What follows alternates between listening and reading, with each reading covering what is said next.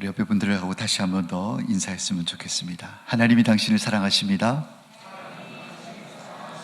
하나님 우리와 함께 하십니다.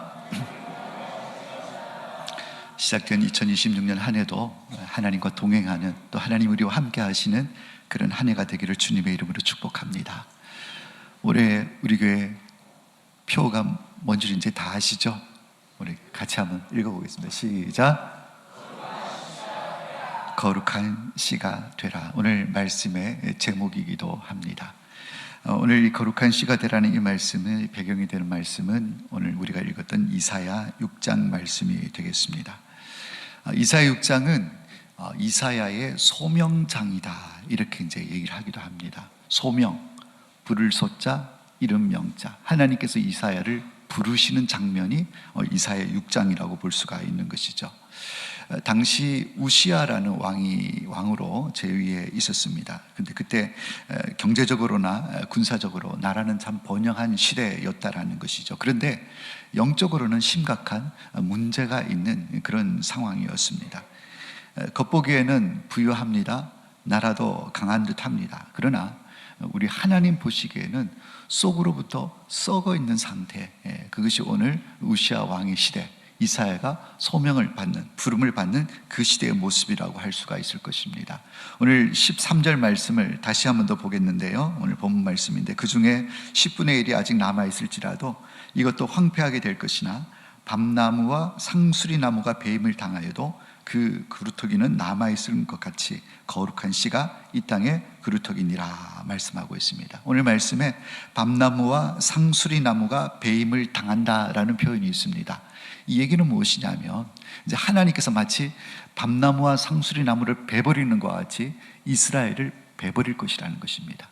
앞서 말씀드린 것처럼 지금 이스라엘은 영적으로 많이 타락해 있는 그런 상황입니다.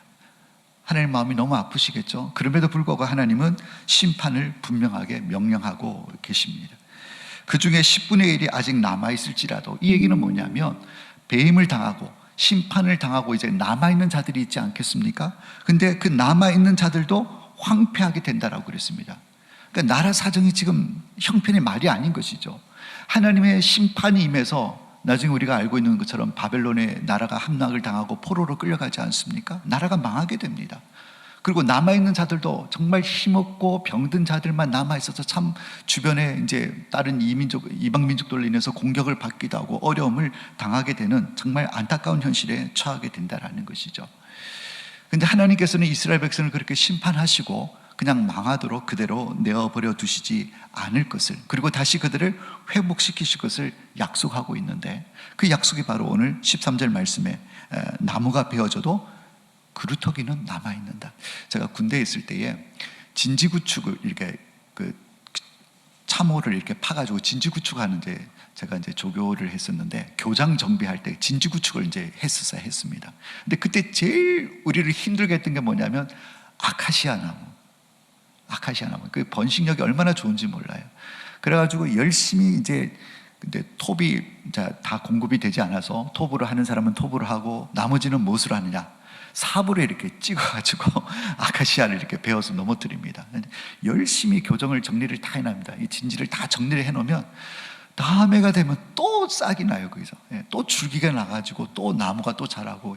그러니까 결국은 뿌리를 뽑아내지 않으면 자르고 남은 이 그루터기라고 그러잖아요. 이 밑둥을 남겨두고 나면 다음에 또 거기서 줄기가 나고 싹이 나서 또 왕성한 나무로 자라게 된다는 것입니다. 오늘 하나님께서 이스라엘을 심판하셔서 베어버린다라는 표현을 쓰고 있지만 뭐를 남겨두십니까? 그루터기, 그 밑둥은 남겨두신다라는 거예요. 그래서 남겨두신 그 밑둥으로 말미암아 다시 이스라엘을 회복시킨다. 근데 오늘 본문 말씀해 보니까 그 그루터기를 다른 말로 표현하고 있는데, 그루터기가 남아있는 것 같이 뭐가? 거룩한 씨가 이 땅에 그루터기다. 그러니까 그루터기는 거룩한 씨다라고 이렇게 말씀을 하고 있는데, 그래서 우리 표가 거룩한 씨가 되라라는 주제로 삼았습니다. 결국은 남아있는 그루터기가 곧 뭐란 얘기입니까? 거룩한 씨다, 이렇게 말씀을 하고 있다라는 것이죠. 그러니까 오늘 본문 13절 말씀은 하나님의 심판 가운데서도 소망을 주시는 약속의 말씀입니다. 내가 심판할 것이다, 싹 베버릴 거야 라고 말씀하시지만 그루터기는 남겨둬서, 또 다른 말로 하면 씨앗은 남겨둬서 다시 너희를 회복시켜 줄 것이다. 진노 가운데서도 긍휼을 잃지 아니하시는 하나님의 소망의 약속을 우리에게 주고 있는 것입니다. 성경에 이런 내용들이 많이 나옵니다. 그것을 조금 다른 말로 남은 자 사상이다 이렇게 표현합니다. 남은 자 사상.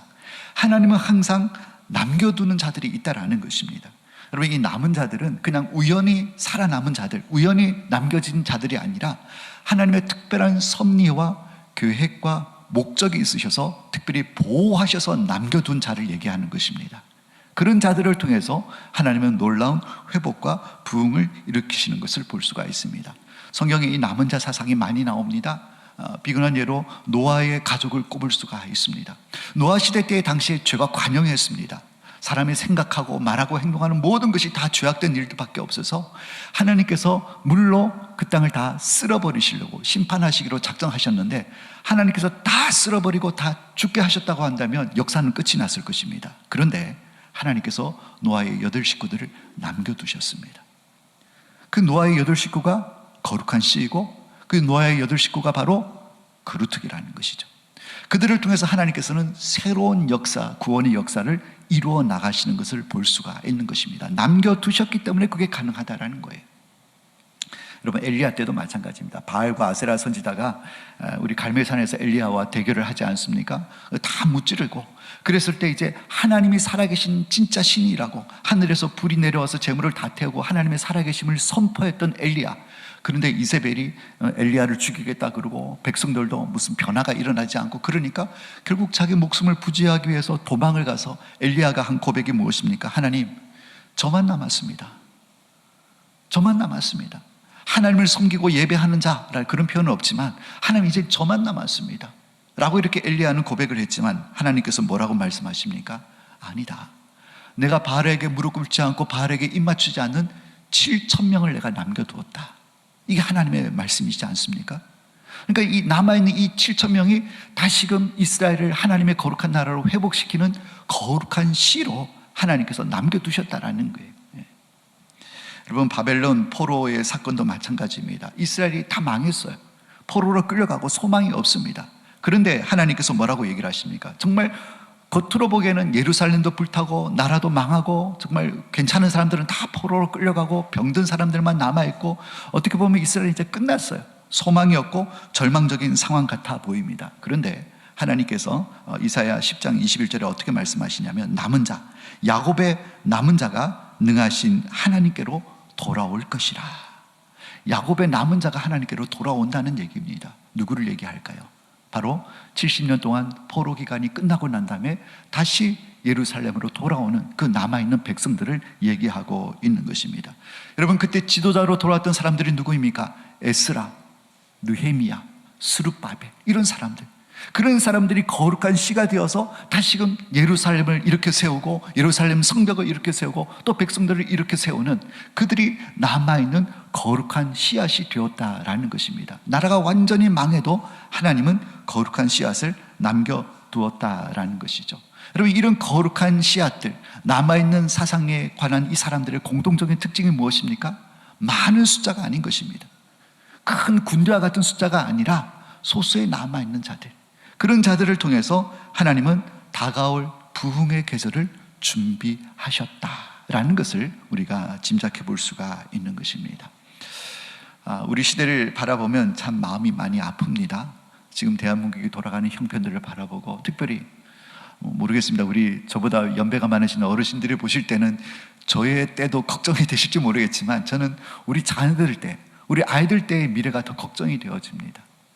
아이들의 미래를 생각하면 안타까움과 한숨이 터져 나오고 아픔을 금할 길이 없습니다.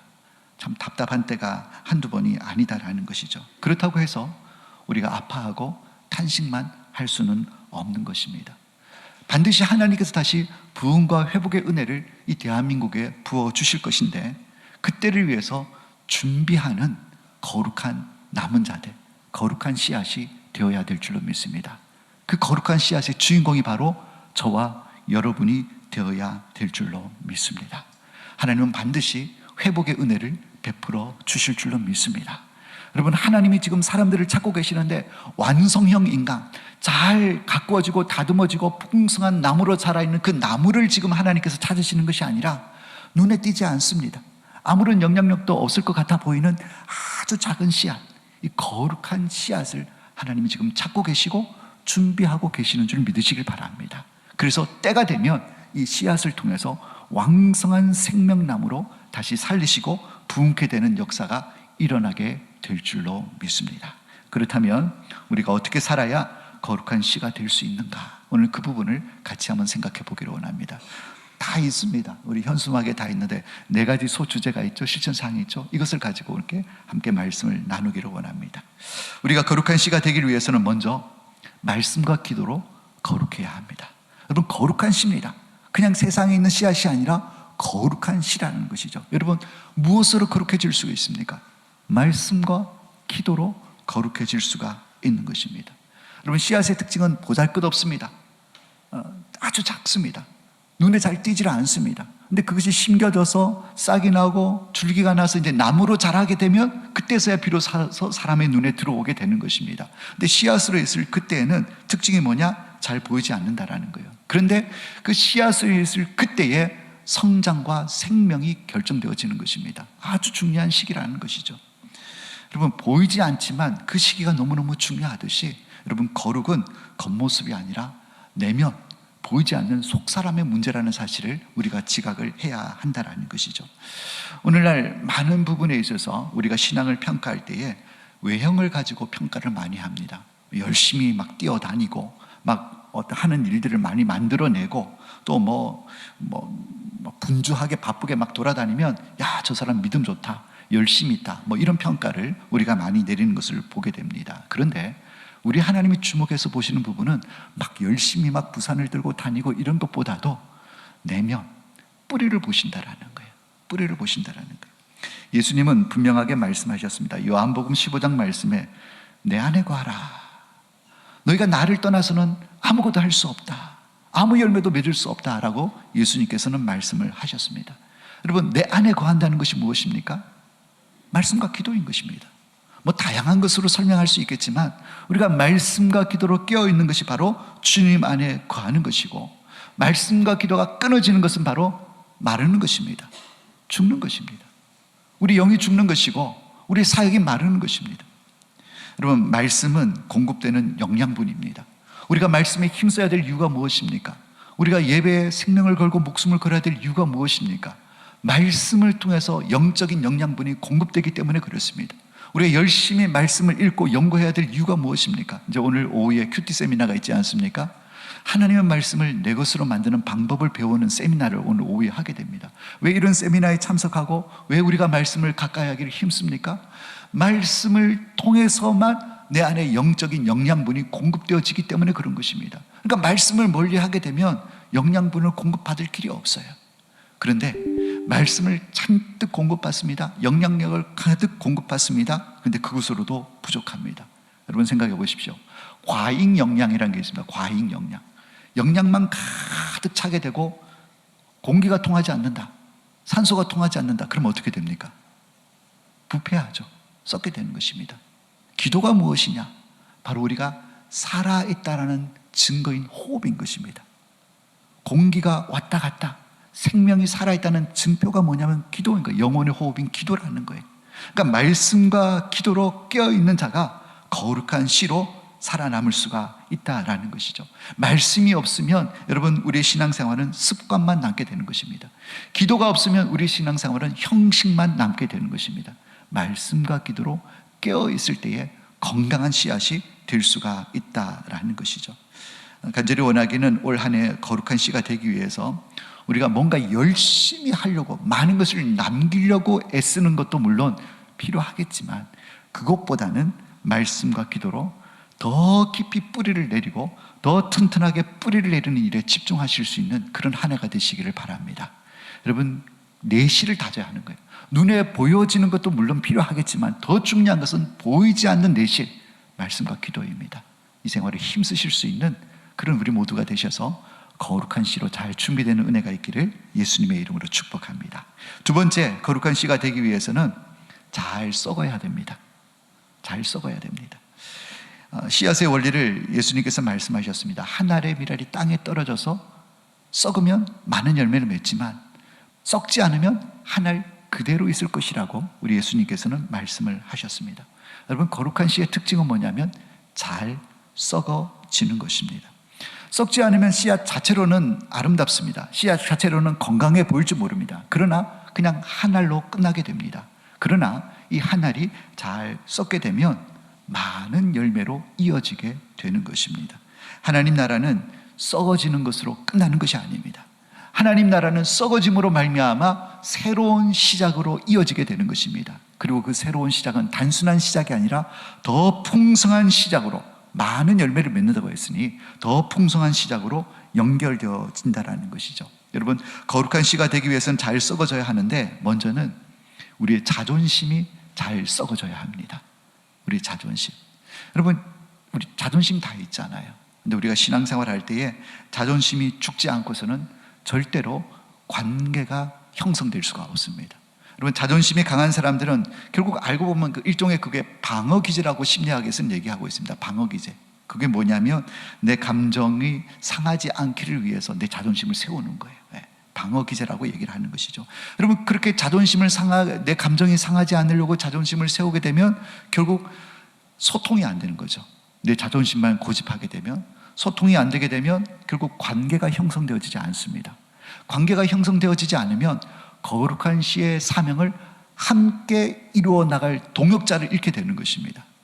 함께 동역해야 되는데 내가 소통이 되지 않고 자존심만 내세우게 된다면 결국은 이 거룩한 씨의 사명을 함께 이룰 수가 없는 것입니다. 그렇기 때문에 거룩한 씨로서 함께 하나님 나라의 사명을 감당하기 위해서는 내가 자존심이 잘 썩어지고 죽어져야 하는 것입니다. 여러분, 올 한 해 우리 자존심이 잘 죽어질 수 있기를 축복합니다. 잘 죽어야 되는 거예요. 그 다음에 내 뜻이 썩어져야 하는 것입니다. 내 주장, 자존심과 비슷할 수도 있겠습니다만은 내 주장, 내 뜻을 관찰시키려 하는 이 의지가 꺾여지고 굽혀져야 하는 것입니다. 여러분, 내 뜻을 안 꺾는 사람들, 내 뜻을 굽히지 못하는 사람들, 어떤 문제가 생깁니까? 여러분, 결국 우리가 이루어야 될 것은 내 뜻이 아니지 않습니까? 우리가 이루어야 될 목적은 무엇입니까? 하나님의 뜻이 이루어지는 거예요. 하나님의 말씀이 선포되어지는데도 불구하고 내 뜻을 꺾지 못하는 사람은 절대로 이 거룩한 씨의 사명을 이룰 수가 없다라는 거죠. 내가 꺾여지고 내 뜻을 꺾어야지만 하나님의 거룩한 뜻을 이루어 드릴 수가 있다라는 것입니다. 그래서 우리가 우리의 뜻을 꺾기를 잘 훈련해야 하는 것입니다. 그것이 곧 내가 죽는 길입니다. 내가 썩어지는 길이다라는 것이죠.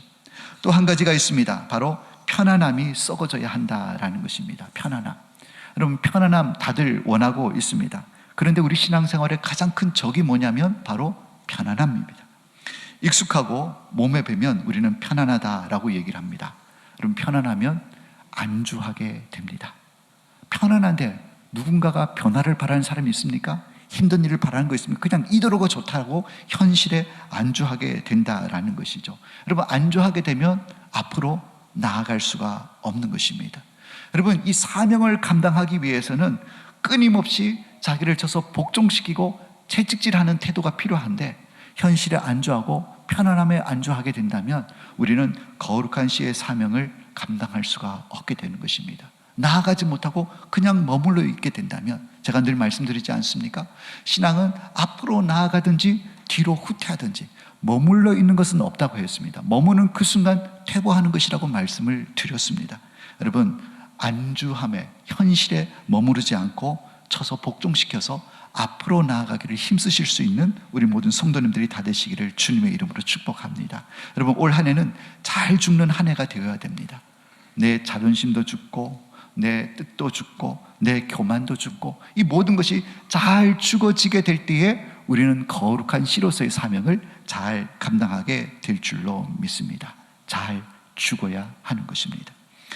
그리고 거룩한 씨가 되기 위해서는 거룩한 언어 생활을 잘 해야 하는 것입니다. 하나님께서 우리를 거룩한 씨로 남기시기 위해서 가장 많이 그리고 가장 먼저 다루시는 영역이 있는데 그것이 바로 우리의 말입니다.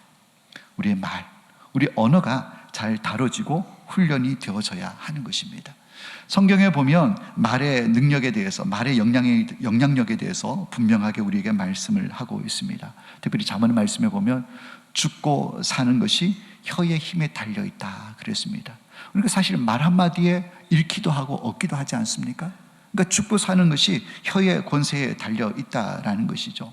그냥 말은 공기를 진동하는 어떤 파동이나 그냥 소리로 끝나는 것이 아닙니다.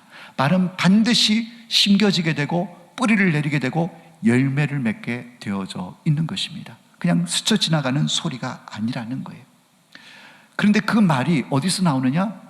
내 안에 있는 것에서 나온다라는 거예요. 예수님께서는 이렇게 말씀을 하셨습니다. 누가복음 6장 45절 말씀에 선한 사람은 그 쌓은 선에서 선을 내고 악한 사람은 그 쌓은 악에서 악을 내나니 이는 마음에 가득한 것을 입으로 말함이니라 그랬어요.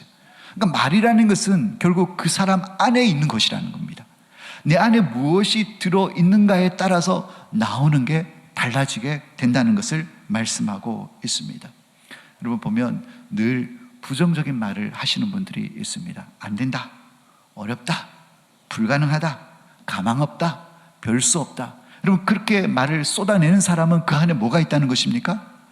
부정적인 것으로 가득 차 있다는 것입니다. 결국 말은 그 사람의 영적인 상태를 그대로 보여주는 리트머스 시험지와 같다라는 거죠. 아, 저 사람이 부정적인 사람인가, 영적인 사람인가, 살리는 사람인가, 죽이는 사람인가, 뭘 보면 안다고요? 말을 보면 알 수가 있습니다. 그 사람이 평소에 어떤 말을 하는지 잘 들어보면 그 사람의 영적인 상태가 어떠한지를 잘 알 수가 있다는 것이죠. 반복되는 불평과 비교하는 말들, 또 지도자와 또 교회를 험담하는 말들, 배우자와 자녀들의 낙인 찍는 너 안 돼, 너 별 수 있어, 뭐 네가 그렇지, 이런 표현들을 보면 결국 그런 말을 할 때 당시에는 내 마음이 좀 시원할 수는 있습니다. 내 마음이 좀 시원하고 뭐 후련할 수는 있을지 모르겠지만 결국 그 말 한마디가 그 사람 마음에 심겨지게 되고 뿌리를 내리게 되고 열매를 맺어서 결국은 공동체를 상하게 하는 그런 비참한 결과를 초래하게 된다는 사실을 기억해야 하는 것입니다.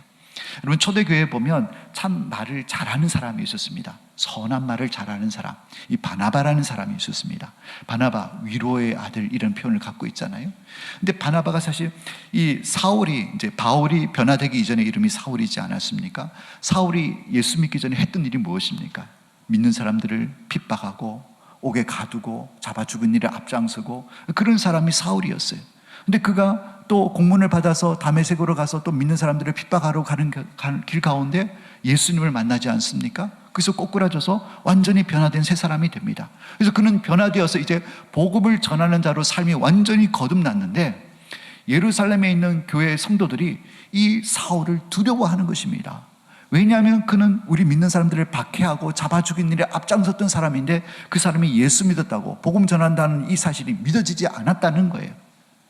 그랬을 때에 이 바나바가 뭘 잘했습니까? 중재를 잘했어요. 좋은 말로 사울이 어떻게 예수님을 만나게 되었고 그가 지금 어떻게 사역들을 감당하고 있는지를 예루살렘에 있는 교회 성도들에게 잘 알려주고 이 사울을, 이제 변화된 바울을 잘 소개함으로 말미암아 결국은 이 바울이 예루살렘 초대교회 공동체 안으로 들어와서 이 공동체의 리더가 되게 되고 또 왕성한 사역들을 감당하는 것을 보게 되는 것입니다.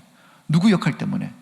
이 바로 바나바라는 인물 때문에, 그의 말 때문에 새 생명이 공동체 안으로 들어오게 되는 것이고 그래서 왕성한 사역을 감당하는 놀라운 역사가 일어났던 것을 볼 수가 있는 것입니다.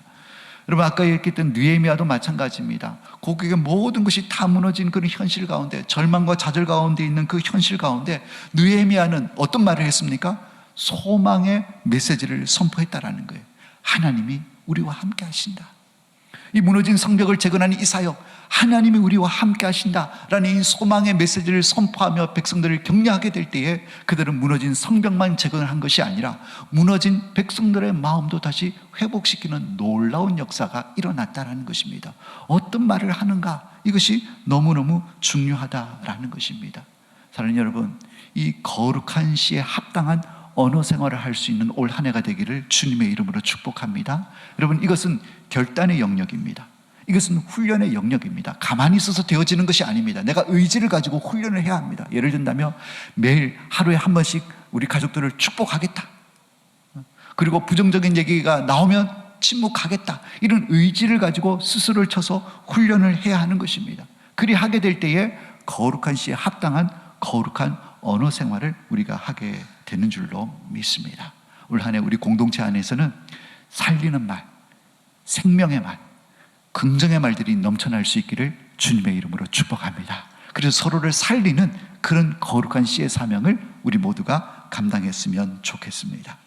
그리고 네 번째로는 우리가 거룩한 씨가 되기 위해서는 다음 세대의 씨를 준비해야 하는 것입니다. 다음 세대의 씨를 준비해야 된다. 여러분, 다음 세대의 이 씨앗이라는 것이 그렇지 않습니까? 이 씨앗을 넣고 당장 우리가 열매를 바라지는 않지 않습니까? 바랄 수가 없습니다.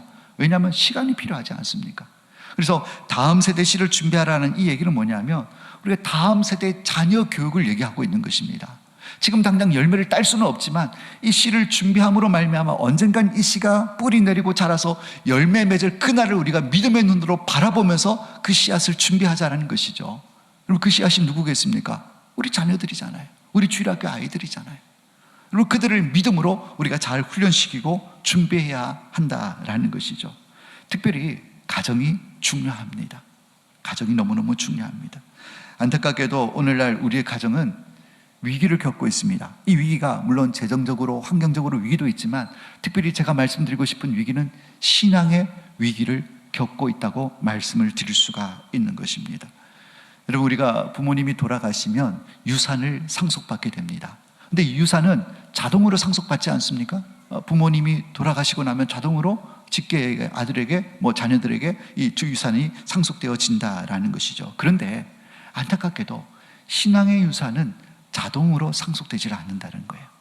세상의 유산은 부모가 돌아가시면 자녀들 그대로 받지만 이 신앙의 유산은 부모가 돌아가시면 부모의 그 신앙이 그대로 자녀들에게로 점프되지 않는다라는 것을 알아야 한다라는 것입니다.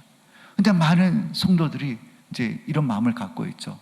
때가 되면 하나님께서 그러면서 방관하는 거예요. 언젠간 자동적으로 하나님께서 은혜 주셔서 되겠지라는 마음을 가진다라는 거예요. 절대 그렇지 않습니다. 가만히 있어서 되는 것은 없습니다.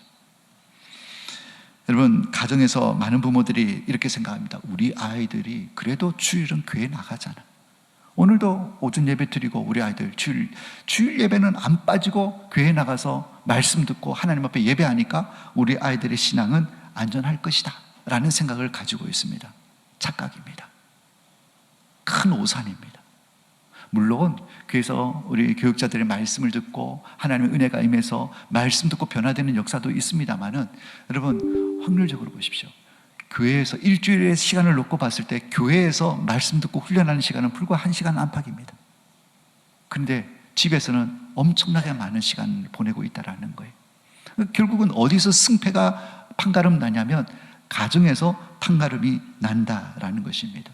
성경 어디에도 교회가 너희 자녀들을 가르칠 것이니 라고 얘기하는 데는 없습니다. 신명기 6장 말씀에 보면 너희가 너희 자녀를 가르치라라고 말씀을 하고 있습니다. 이게 가정의 책임이라는 거죠. 거룩한 다음 세대의 씨를 준비하는 것은 물론 교회가 감당해야 될 몫이 있습니다. 그러나 가장 더 중요한 책임은 가정에 있는 것입니다. 가정에서 일을 하지 않고 그냥 교회에다가 맡겨만 놓고 안심하지 마시라는 거예요. 여러분, 그렇기 때문에 가정에 필요한 것이 무엇입니까? 많은 부모들이 자녀들을 신앙으로 가르치려고 애를 많이 씁니다. 뭐로? 말로 가르치려고 애를 씁니다. 말로. 야, 기도해야 돼. 야, 성경 읽어. 야, 예배 빠지지 마. 라고 수없이 말로 자녀들의 신앙교육을 대처하려고 애를 쓴다라는 것이죠. 근데 중요한 것은 말로가 아니라 삶으로 가르쳐야 된다는 거예요. 삶으로 보여준다라는 거예요. 기도해라, 성경 읽어라, 예배 빠지지 말라. 그래 놓고 부모는 스마트폰 보는 시간이 더 많고 부모는 상황의 형편에 따라서는 예배를 빼버리고 오히려 가족들 챙겨서 이번에는 우리가 예배 가지 말고 이렇게 가자 그러면서 그렇게 살아내고, 그래 놓고 아이들한테는 예배 귀하게 여겨야 돼. 예배의 인생의 승부가 결정되어져. 말로만 해서는 우리 거룩한 다음 세대 씨앗을 준비할 수가 없다라는 것입니다. 자녀는 부모의 말보다도 삶을 더 정확하게 읽는다는 사실을 우리가 절대로 간과해서는 안 된다라는 거예요. 여러분, 여기에 유명한 증거가 있습니다. 여러분, 사도 바울이 믿음으로 낳은 아들이 있습니다. 디모데라는 아들이 있어요. 친아들은 아니고 디모데를 믿음의 자녀로 이렇게 보고 있는데, 디모데에게 한 말이 있습니다. 디모데후서 1장 5절 말씀인데 제가 읽어드리겠습니다. 이는 내 속에 거짓이 없는 믿음이 있음을 생각함이라. 사도 바울이 디모데 안에 있는 거짓 없는 믿음을 지금 칭찬하고 있습니다. 그런데 그 뒤에 뭐라고 말씀하고 있냐면, 이 믿음은 먼저 내 외조모 로이스와 내 어머니 유니게 속에 있더니 네 속에도 있는 줄을 확신하노라. 여러분, 우린 여기서 놀라운 통찰을 발견하게 됩니다. 여러분, 사도 바울같이 뛰어난 스승이 어디 있습니까? 사도 바울만큼 정말 뛰어나게 잘 가르치고 훈련시킬 수 있는 스승이 어디 있겠습니까? 디모데가 이 사도 바울을 통해서 얼마나 많은 훈련을 받았겠습니까? 얼마나 많은 신앙의 훈련을 받았겠습니까? 그러나 사도 바울의 고백은 무엇입니까? 야, 네 믿음 내가 가르쳤다, 나한테서 간 거야 라고 얘기한 것이 아니라, 네 안에 있는 그 순전한 믿음은 바로 너희 외할머니와 너희 어머니, 너희 가정에서 전수되어진 것이다. 사도 바울이 그렇게 고백을 하고 있다는 거예요. 교회 보내는 거 정말 중요합니다. 그러나 우리 아이가 주일날 교회 갔다고 해서 그 아이가 믿음과에 굳건히 서 있다 착각하면 안 된다는 거예요. 많은 성도님들이 이제 자녀들이 자라서 직장 생활하고 사회 나가고 학교 나가서 가정을 떠나는 자녀들을 보면서 안타까워하고 슬퍼하는 우리 부모님들의 간증이라고 그러면 고백을 들을 때가 있습니다. 그래도 우리 애가 주일학교 때는 교회 열심히 나갔는데, 주일학교 때는 이것도 하고 저것도 하고 봉사도 하고 열심히 했는데, 그런 표현을 하시는 분들을, 그런 말씀을 하시는 분들을 제가 많이 봅니다. 뭘 놓친 것입니까? 가정을 놓쳤다. 가정을 놓치게 되니까 결국 아이들이, 결국이라는 표현은 좀 그렇습니다만은, 가정을 놓치게 되니까 세상의 유혹과 믿음의 굳건히 설 수 있는 이 기회를 아이들이 잃어버리는 경우가 더 많게 된다는 것을 우리가 보게 된다는 것입니다. 부모가 우리 자녀들의 인생을 대신 살아줄 수가 없습니다. 그러나 우리 자녀들에게 우리 삶으로 믿음의 씨앗은 심을 수가 있습니다. 그래서 우리의 삶으로 보여준 그 씨앗이 그들 속에 뿌리를 내려서 자라서 열매를 맺게 되면, 그들이 나중에 하나님께서 거룩한 씨앗으로 우리 자녀들을 반드시 들어서 사용하게 되실 줄로 믿습니다. 자녀들을 가정에서 믿음으로 잘 양육하시되 삶으로, 본으로 양육하고 길러 나가시기를 주님의 이름으로 축복합니다. 결론을 말씀을 드리겠습니다. 하나님께서 오늘 우리에게 묻고 계십니다. 다 무너져도 좋다, 세상 사람들 다 타협해도 좋다, 다 떠나도 좋다, 그런데 너는 거룩한 씨로 남아있을 수 있겠느냐? 다 떠나고 다 부인해도 하나님은 큰 나무, 큰 공동체를 바라는 것이 아니라 한 사람이라도 좋습니다. 소수라도 좋습니다. 우리 그 남아있는 거룩한 씨앗이 될 수 있겠느냐라고 우리에게 묻고 계시는 것입니다. 하나님께서는 지금도 이 땅을 다시 회복시키기 위한 씨앗들, 거룩한 씨앗을 지금 찾고 계십니다. 하나님의 그 부르심에 우리 가정이, 우리 공동체, 우리 관객교회가, 그 여러분 개인이 믿음으로 응답하고 반응하실 수 있는 그런 올 한 해가 될 수 있기를 예수님의 이름으로 축원합니다. 거룩한 씨가 되어야 합니다. 말씀과 기도로 거룩을 힘쓰십시오. 그리고 잘 죽으십시오. 잘 썩어지십시오. 그리고 거룩한 씨에 합당한 언어 생활에 힘쓰십시오. 그리고 다음 세대의 거룩한 씨앗을 잘 훈련시키고 준비해서 그들이 하나님을 귀하게 쓰임받고 이 나라 임족을 변화시키는 주역들로 쓰임받는 그런 거룩한 씨를 우리가 남겨둘 수 있는 그런 우리 모든 성도님들이 다 되시기를 주님의 이름으로 축원합니다. 함께 기도하겠습니다. 하나님 감사합니다. 배임을